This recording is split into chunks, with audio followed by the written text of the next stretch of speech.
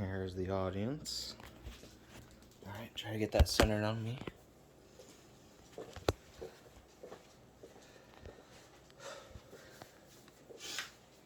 Alright, today I'm going to be presenting an argumentative speech on why obesity is important. And so, do you understand how important it is to maintain a healthy diet, to stay on the right track whenever you're trying to defeat obesity or focus on someone else defeating obesity? And there's a high probability that someone in your life, there's a high probability someone even knows someone who is a morbidly obese person, let alone just regular obese. So today I'll discuss obesity, why it's important, and correlations with, correlating factors with it, and solutions that we can do to fix it. So, what is obesity? As you see, obesity is where there's too much natural energy reserve in fatty tissue. Any weight above 20% of someone's, regular body weight, ideal body weight, that's considered obese. 40 to 100% is moderately obese, and 100% over, that is morbidly obese. And that's a big gap, 40 to 100, that is a very big gap. So there's a lot of health issues that are concerned with that. So, according to an article entitled Obesity in the Gale Encyclopedia of Science Journal, obesity is where there's too much fat. And these are the weight brackets. You need to watch out for those. You need to make sure that you're fighting those. If you're anywhere above, you need to watch out for that. Alright, so why is it a problem? According to the article entitled The True Weight of Childhood Obesity in America in the Midwest Quarterly, which is a scholarly journal from a university, a high-ranking university. So why is it a problem? Well, obesity has tripled since 1970 to the 2000s. So essentially 1 in 3 children since 2000, 1970 to 2000, 1 in 3 children will be obese, and that's pretty terrifying. I'm a living example. By the age of 10, 60% of overweight children will have some type of, related factor to health. Any type of health issue, cardiovascular type of diseases because of their obesity. It is very important. And these are children. You don't want someone, you don't want to have your kid come into the world and have a life-threatening disease right away, depending on your type of, how you raise them, anything. It's terrifying. So there is a strong correlation between obesity and early onset dyslipidemia. It's a hard word to pronounce, but that's essentially, lipids, lymphoids, your fatty system in your body. That's essentially, getting fat. It's not good. It clogs your heart. Hypertension, too much water intake, and insulin resistance. Insulin is very important. You want to make sure you have the proper amount of insulin in your body. That is diabetes. If your body can't take in your insulin correctly, you have diabetes. Type 2 diabetes is very important whenever it comes to obesity. Exploring causes socioeconomic. So according to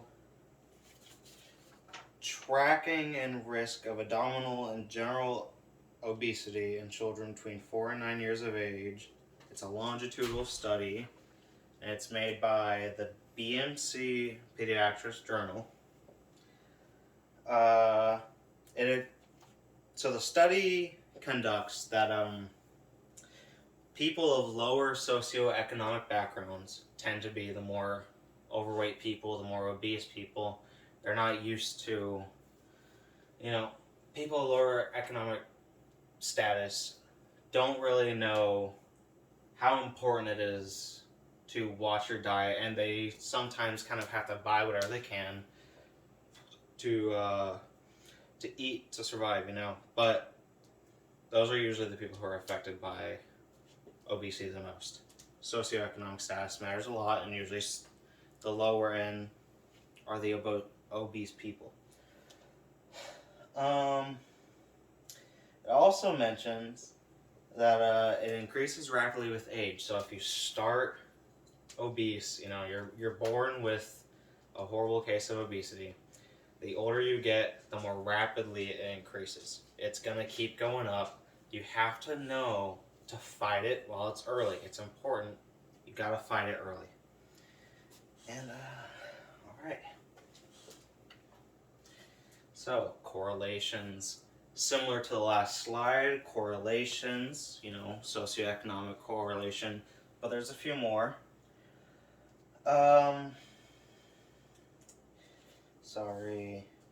So, children in households with high income levels, as we said earlier, and this is according to an article entitled Prevalence of Childhood Obesity in the United States, 1999 to 2018, a 20-year analysis, and it's in the Journal of Endocrine Society. Children in households with high income levels and high education, as the previous slide suggested, they have lower obesity rates. Higher socioeconomic status means it correlates with lower obesity rates. It's just, more confirming status, more confirming examples about that. Boys actually had higher rates than women to have, those higher obesity rates. And along with that, children in Spanish-speaking households actually had higher obesity rates than people in English-speaking households in America. All right, and so you see, those are just some following correlations about obesity, and here are some solutions. How can we fix the problem? So according to an article entitled Obesity in America, a Market Failure, it suggests that the market might have been the issue. It suggests activism to push food companies to take responsibility. Have those big food companies, those big food corporations, encourage healthier diets and healthier food alternatives instead of some type of cheap, unhealthy item that you can just buy just to eat. And activism to encourage healthy eating, same as what I just said. And it also encourages education. Education can promote non-intrusive, healthier lifestyles. Now, what I mean by non-intrusive or truitive, it's like, something that doesn't require as much government involvement. Government not making something unhealthy have a higher tax.